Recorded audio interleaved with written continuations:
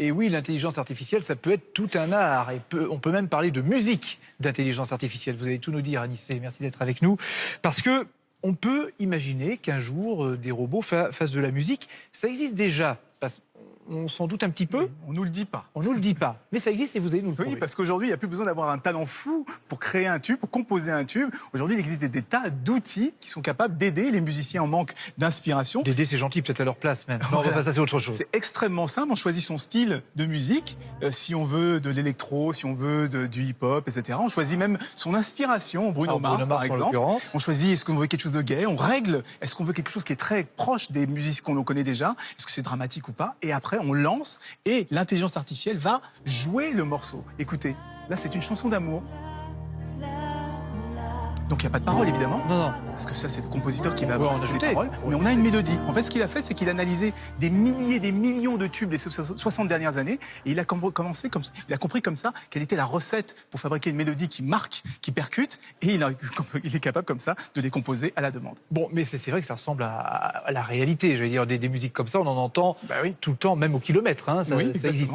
Avec un risque quand même de plagiat. Parce qu'à force de copier l'un l'autre, on peut se retrouver avec des plagiats. Eux disent qu'il n'y a pas de problème de plagiat parce que ce qu'ils font, c'est qu'ils s'inspirent de la musique. Ils font pas de copier-coller. Donc en fait, ils fonctionnent exactement comme les musiciens aujourd'hui. Les musiciens ont l'habitude de s'inspirer d'autres artistes. C'est vrai, au fil du temps, on a vu quand même que chaque époque s'inspire d'une autre. Exactement. Et donc pour eux, il n'y a pas de problème de copyright. Mais à la fin, il se trouve qu'aujourd'hui, il y a énormément de musiciens qui utilisent ces outils, qui les aident à composer, qui les aident, qui les inspirent. Il y en a peu qui le revendiquent. Il y en a une des artistes, une des premières à l'avoir fait, c'est Tyrene Southern. C'est une actrice américaine qui fait de la pop.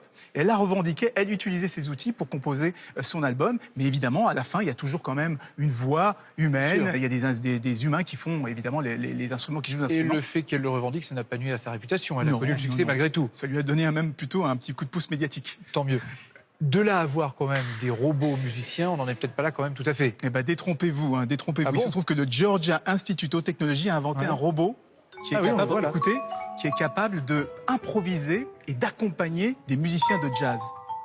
C'est impressionnant. Il écoute les autres musiciens et il joue en même temps qu'eux. Alors attendez, qui s'adapte à qui? C'est le robot qui s'adapte aux musiciens ou les musiciens aux robots? Les deux, c'est une vraie jam session. Donc lui, il commence à jouer quelque chose, les musiciens embrayent et il continue, il les regarde, il les écoute et il est capable comme ça de jouer avec eux. Et là, ça fait un peu peur, des robots qui vont faire des concerts à la place d'êtres humains.